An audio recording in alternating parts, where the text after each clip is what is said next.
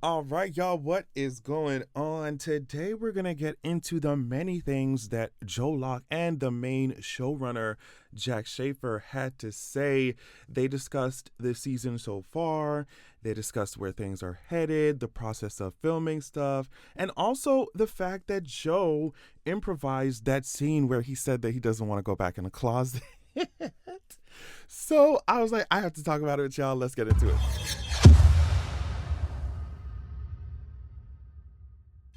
So we're going to go through this Variety article. Of course, not the full thing though, just some of it, whatever I feel like applies to this video. If you want to read the full article, make sure you check out the link to it, which is in my description. Now, before we go through it like chronologically, let me just skip to the part where he talks about the closet scene and then we'll get into the rest of the article. So Variety says for Locke, getting to recreate his interrogation scene with Han was an exercise in desperately trying not to laugh on camera. And it's so crazy because I feel like we all noticed that in the last episode, during that interrogation scene, or I guess the recreation of it, where I'm like, the actor himself looks like he's trying not to laugh because Han is in his face acting a fool. I love it because Catherine's acting a fool. I love it. So Joe Locke said, I can see myself laughing in that scene. He's more proud, though, that he was able to hold his own when Catherine Hahn began improvising. When I first watched the scene, I was like, oh my God,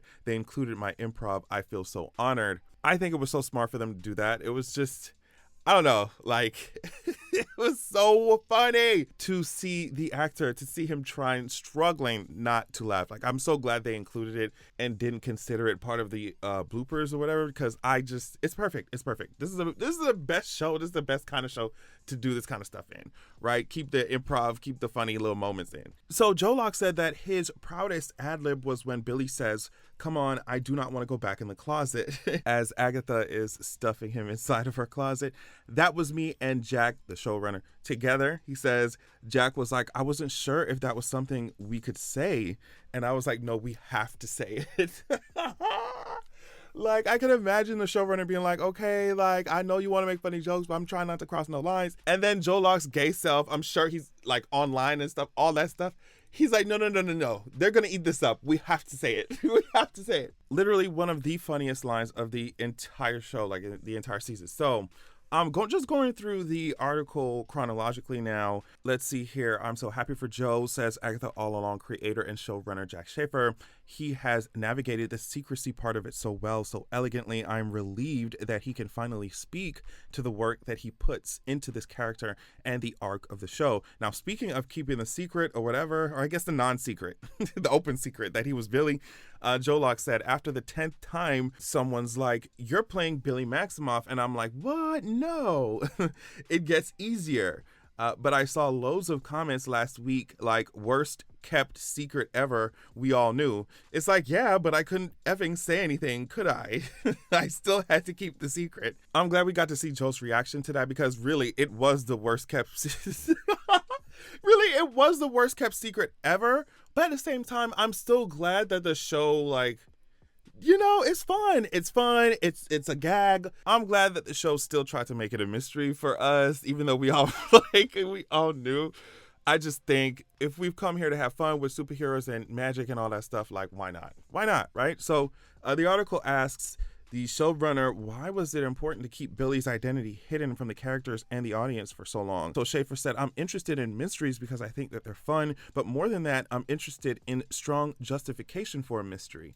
While conceiving how to drive Agatha's story forward, Schaeffer and her writing team hit upon the fact that in Marvel Comics, she also had a son, and that a mysterious teenage boy showing up on her doorstep could trigger that instinct inside of her.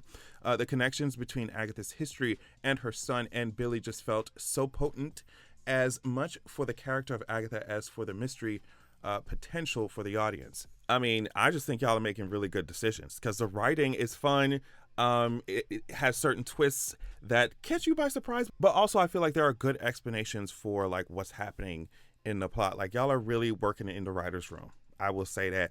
Now, how did the writers decide how to depict Billy's consciousness inhabiting William's body?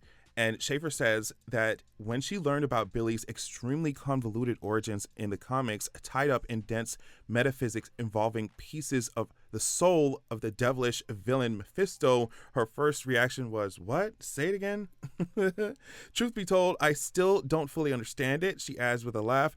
I'm in for an instinctive plot line, Lord knows, but there were so many steps and so many characters, and I just had no patience for it. Here, they're just saying that Marvel thankfully allows some kind of freedom when it comes to interpreting the comics.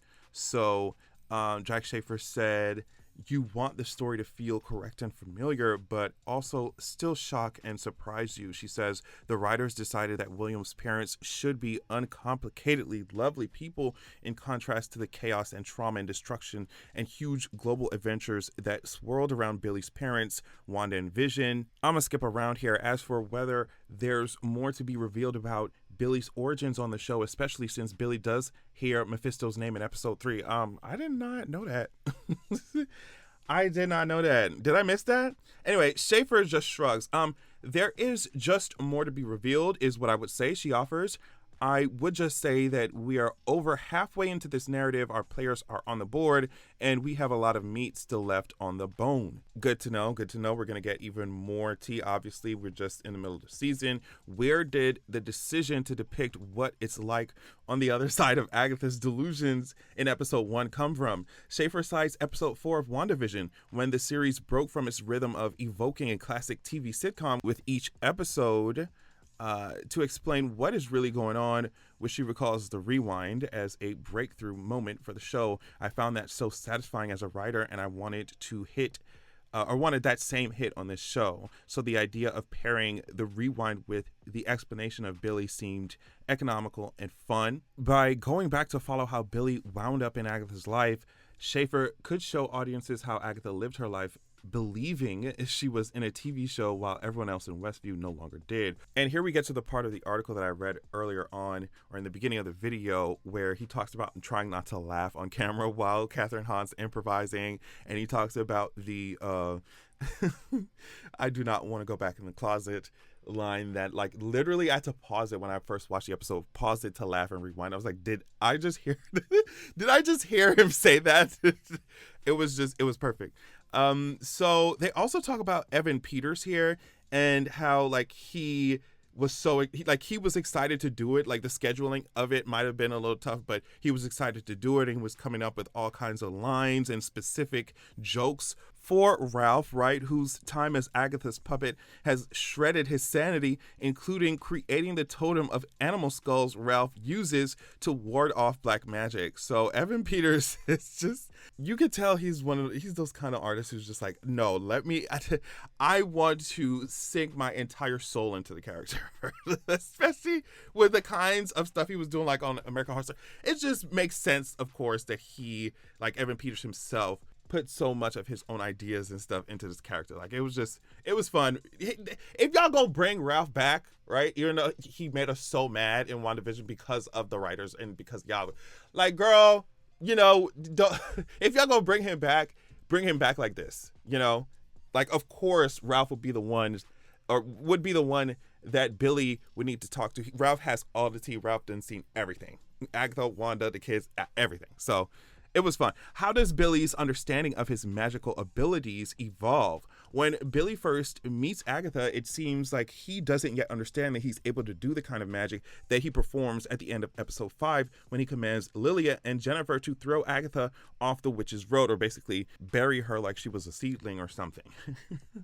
I have always played into it that he was always aware that he can do it, Locke says.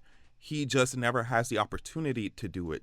We see in episode 6 that he can't really control it. So because Agatha in the last episode, she was just like, well, I mean, yeah, you're powerful essentially, but it seems like you have to be mad to do it, or you have to be in some kind of emotional state to do it.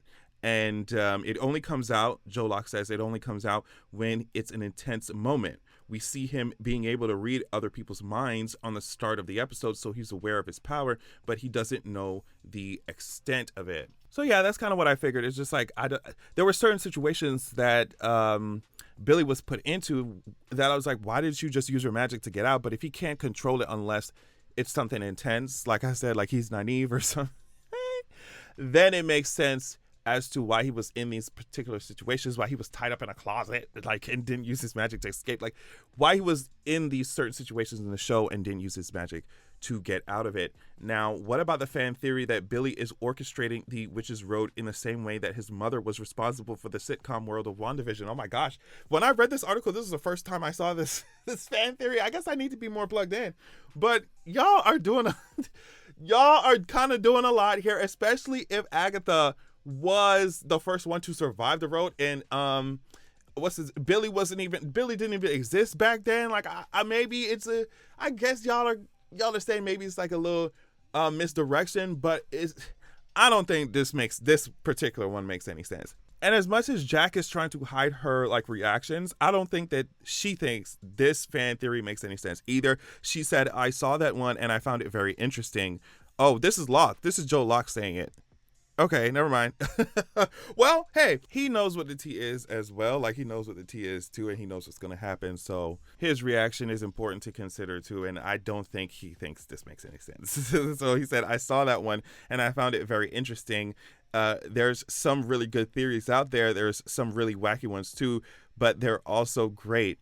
One of the best things about having a weekly release for such a secretive, complex show is the fan theories that come out of it. You see things like, oh, I've never even thought there would be a link to that. You're so wrong, but I see why you think that. I think Joe is also touching on a topic here that we kind of discussed on my channel here, but also on my Patreon, patreon.com/AvatarAdrian, where it's like, okay, so what kind of release do y'all like? Do y'all like weekly releases, or do you like where the streaming service, whatever it is, dumps the entire season on you all at once? And for me, for shows like this, I think how they released it here was the best way, right? Because you gave us a couple episodes in the beginning, and then after that it's a weekly kind of thing where we can like craft our theories and, you know, make our videos and make our social media posts and have entire conversations and threads about the episode before the next one comes out. Like, we can keep up with each other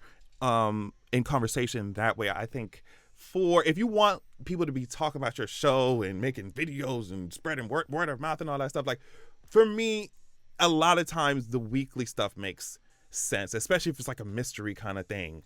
You know, Schaeffer, who contended with a tsunami of fan theories for WandaVision, also sidesteps addressing any particular suppositions. It's my deep pleasure to not waste anything from what's on the page to what's in the frame to who is in the cast when everything is used with great meaning. So I'm grateful that this is a fandom that pores over every detail. Sometimes that is to the detriment of the watch, because you should let it wash over you, and sometimes it pays off. I would just say keep watching. Now, it's so interesting that she brought up the fact that these Marvel girlies, including me, like, let's be real about that. We will pour over every single detail, every single still from the trailer, every single shot. So they can't talk about nothing. They can't even address the fan theories.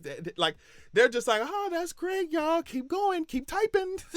We're not gonna spoil y'all. We're not gonna say what y'all are talking about don't make any sense, or we're not even gonna give y'all any clues as to, okay, well, maybe you're right, maybe you're wrong. Just keep watching. They're just like, just keep watching. Okay, so also I found this part interesting because they said by way of responding to the notion that Billy is some kind of magical mastermind, Locke does point to the revelation in episode 6 that his character encountered all the other witches in the coven well before Billy met Agatha. Remember that.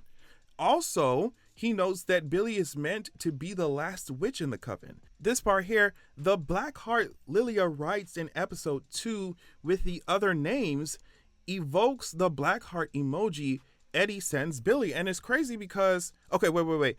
Joe Locke says this: she just couldn't write his name because of the sigil. The point of the episode is that all these witches are fated to be together. Okay, so my thing is that when I first saw Lilia write down the names and then put a black heart, I thought that she was talking about Rio, and Agatha's like, oh, what, you know, that's kind of why Agatha was like, well, I don't want to even deal with it, and that's why she went to go get Sharon. So I thought that the black heart meant Rio. I didn't realize, but like, it makes so much sense that Lilia could not write Billy's Billy's name down. So she ended up using an emoji. I do like that they made Lilia be the one give the sigil, because I don't know, it's just fun when the fans think something like, oh, maybe Wanda put the sigil on him or he put it on himself. And then the show comes with a completely different answer that you wouldn't expect, but then explains it well, you know? I love that. Okay, so now that it's clear that Billy's goal at the end of the road is to find Tommy, will we see Tommy at the end of the season? And Joe Locke says, I can't answer that. His eyes growing wide with panic. Well, I know the answer, but I can't tell you. There are still a few secrets in there. So Schaeffer doesn't budge either. It's just exciting to finally be able to level with the audience that his desire is a reunion with his brother. Yeah, because we were just like, what does he want? Like, even Agnes like, yo, he has so much power. You have so much power. Why do you even need the witches? What you need the witches road for? But yeah, to find his brother. Somebody was online like really mad, talking about, oh my gosh, Billy, your mama done tore down Carmartage, and you ain't wishing for her to be back. You ain't wishing for her resurrection. Wanda tore down Carmartage looking for y'all, done tore up the multiverse, and y'all, you don't want to wish for her, you wish for your brother.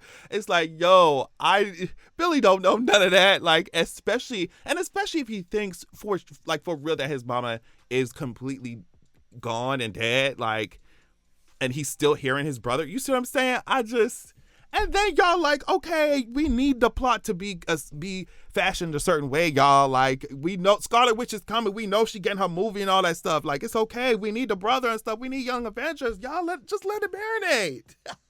That's why Jack was like, y'all need to just stop pouring over every single detail. Just enjoy the show. That's what she was saying. But either way, I think it's a good motivation. Like, you know, you grew up with, well, you aged up with your brother really quick, you know, and you're still hearing his voice. Y'all done disappeared from the hex. Like, it's still a good motivation to me. Either way, let me know what you thought of this. Check out the article in full because I definitely did not read the entire thing. We would have been here for like 30-40 minutes. Love y'all so much. Make sure you check out my Patreon, all that stuff, and I'll check y'all later. Peace. Make sure that you're going to www.zeraxia.com. When you join the wait list there on the site, you will be the first to be notified when I drop my sequel. Also, you'll immediately get chapter 1 of my upcoming sequel of the upcoming book sent to your email as a PDF. So check that out. Also, this is a different excerpt from my upcoming book, so you definitely want to pause to read if you're trying to get your life. Keep in mind that this upcoming book, the sequel, is following up the first book that is already released called Zeraxia, Wrath of the God King.